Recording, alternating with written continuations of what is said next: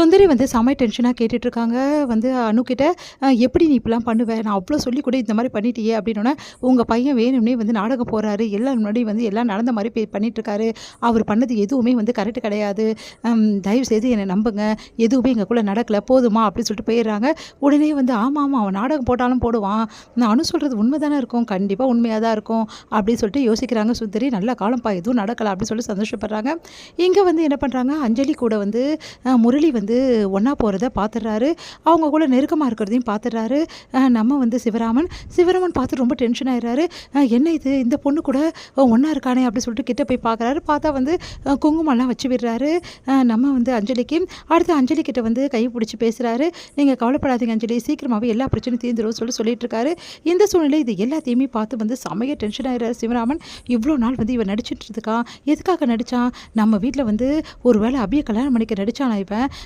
இவனை விடவே கூடாது, இப்போவே எல்லாருக்கிட்டையும் உண்மையை சொல்லணும் அப்படின்னு சொல்லிட்டு சிவராமன் வீட்டுக்கு போகிறாரு. அந்த வீட்டில் யாருமே இல்லை. சிவராமன் வந்து அப்படியே பார்த்துட்டே இருக்காரு, யாருமே இல்லையேன்னு சொல்லிட்டு. அந்த டைமில் கரெக்டாக முரளி அங்கே வராரு. முரளியை பார்த்தோன்னே படுப்பாவி ஏன்டா நீ இங்கே வந்த? எங்களெல்லாம் ஏமாத்துறது பார்த்தா அதான் என் வீட்டுக்கு வர மரியாதை வீட்டை விட்டு வெளியே போடா அப்படின்னு சொல்லிட்டு கேட்குறாரு.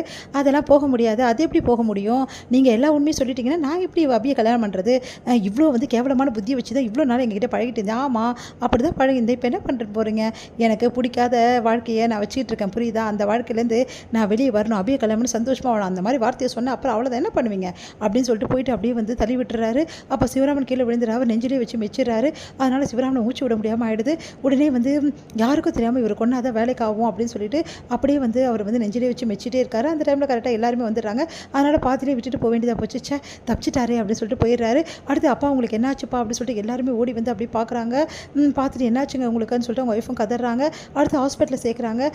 ஹாஸ்பிட்டலில் சேர்த்தோன்னே வந்து ரொம்ப சீரியஸாக இருக்காருன்றாங்க. உடனே வந்து சரி பண்ணிடலாம், ஆனால் ஒன்றும் ப்ராப்ளம் இல்லை அப்படின்னு சொல்கிறாங்க. சரி பண்ணிடலாமா? அப்போ உயிரோடு வந்துடுவாரா இவர்? விடவே கூடாது அப்படின்னு சொல்லிட்டு யோசிக்கிறாரு முரளி. அப்பாவுக்கு மெடிசன் செலவுக்கு நிறைய காசு ஆகும் அப்படின்னு சொல்லிட்டு சொல்லிடுறாங்க. அதை கேட்டு வந்து அதிர்ச்சி அடைகிறாங்க. அபி என்ன பண்ணுறதுன்னு தவிச்சிட்டு இருக்காங்க. எப்படியா இப்போ கெஞ்சி கேட்டுட்டு வரலாம் அப்படின்னு சொல்லிட்டு போயிட்டு வந்து கெஞ்சி கேட்கலாம் அப்படின்னு சொல்லிட்டு போய் கேட்குறாங்க. ஆனால் அவங்க ஒத்துக்க மாட்டேங்கிறாங்க. அந்த டைமில் ராகவும் அவங்க ஃபேமிலி அங்கே வராங்க. பார்த்து வந்து அபிக்கு ஆறுதல் சொல்கிறாங்க. அங்கே வந்து என்ன பண்ணுறதுன்னு தெரியல, பணத்தை எப்படி கட்டுறதுன்னு சொல்லிட்டு அபி யோசிச்சுட்டு போயிட்டு தயவு செய்து கொஞ்சம் டைம் கொடுங்கன்னு கேட்குறாங்க. நீங்கள் டைம் எடுத்துக்க வேண்டிய அவசியமே இல்லைங்க, உங்களுக்கு பணத்தை எல்லாத்தையும் கட்டிட்டாங்க, அவர் தான் கட்டினாரு அப்படின்னு. யாருங்க அப்படின்னு அங்கே போகிறாரு அவர் தான். உடனே ஓடி போய் அப்படி பார்க்குறாங்க. பார்த்தா ராகவை பார்த்தா அப்படியே அதிர்ச்சி அடைகிறாங்க. நீங்களா இவ்வளோ பணத்தை கட்டினது அப்படின்னு சொல்லிட்டு அப்படியே கதறி அழறாங்க. அப்படியே வந்து கட்டிக்கிறாங்க நம்ம ராகவை. என்ன செபின்றாரு. உடனே அழுகுறாங்க பயங்கரமாக. சாரி, இவ்வளோ நாள் வந்து நீங்கள் எவ்வளோ என்கிட்ட பிரச்சனை பண்ணிக்க, ஆனால் இன்றைக்கி என் அப்பா உயிரை காப்பாற்றிட்டீங்கன்னு சொல்லிட்டு அழறாங்க. சரி விடு அபி அப்படின்றாங்க. சரிங்க நீங்கள் எதுக்கு கட்டினீங்க? இப்போ பாருங்கள் எல்லாரும் என்ன பேச போகிறாங்களோ தெரியல, உங்கள் வீட்டில் உள்ளவங்கலாம் உங்கள் சித்தி ரொம்ப பேசுவாங்க அப்படின்னோடனே, நீ கவலையப்படாத, இந்த அமௌண்ட்டை நான் என்னோட வந்து பர்சனல் காசாக நான் கட்டல, ஆதரவற்றவங்களுக்கு கொடுக்குறது ஃபண்ட்லேருந்து இருக்கு இல்லையா, அதுலேருந்து தான் நாங்கள் கொடுத்துருக்கோம், அதனால் இதில் எந்த பிரச்சனையுமே கிடையாது அப்படின்னு சொல்லிட்டு சொல்கிறாங்க. அதை கேட்டு ரொம்ப தேங்க்ஸுங்க அப்படின்னு சொல்லிட்டு சொல்கிறாங்க. இது எல்லாத்தையுமே வந்து பார்த்துடுறாரு முரளி செம்மைய டென்ஷன் ஆயிடுச்சு. நம்ம நினச்சது ஒன்று நடந்தது ஒன்றா இருக்குது, இப்போ இவன் ஹீரோ ஆகிட்டானே அப்படின்னு சொல்லிட்டு செம்மைய டென்ஷன் ஆயிடுச்சு.